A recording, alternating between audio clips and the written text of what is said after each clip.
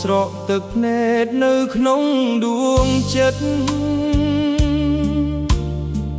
ល្បិចស្រស់វមិតចិត្តចូលរួមការស្នេហាដំបូងមិនតន់ផ្លែផ្កាស្ងួនប្រាប់បងថាកាត់ចិន្តាចងរៀមបានសន្យាថា3 ឆ្នាំទៀតទ្រូងបងពុះឃ្លានទាំងចិត្តមិនចង់ប្រាប់ពុកប្រាប់ម៉ែឲ្យជួយតំរើប្រាប់ភ្លើឲ្យត្រង់ចូលស្ដីដណ្ដឹង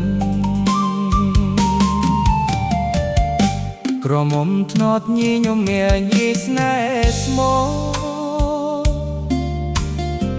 ផ្ទុយខុសទាំងអស់រឿងទុំនឹងទាកូនគេអ្នកមានបានចូលទៅជា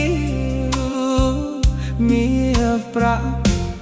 ជាភ្ញៀវចូលស្ដីដណ្ដឹងបំភ្លេចអ្នកស្រែបងវាយអ្នកមានចិត្តអូនស្រ័យឃ្លានបំពេញចោលអស់ដុល្លារជាថ្លៃតិចដោះស្ងួនភ្លេចទាំងអស់រាល់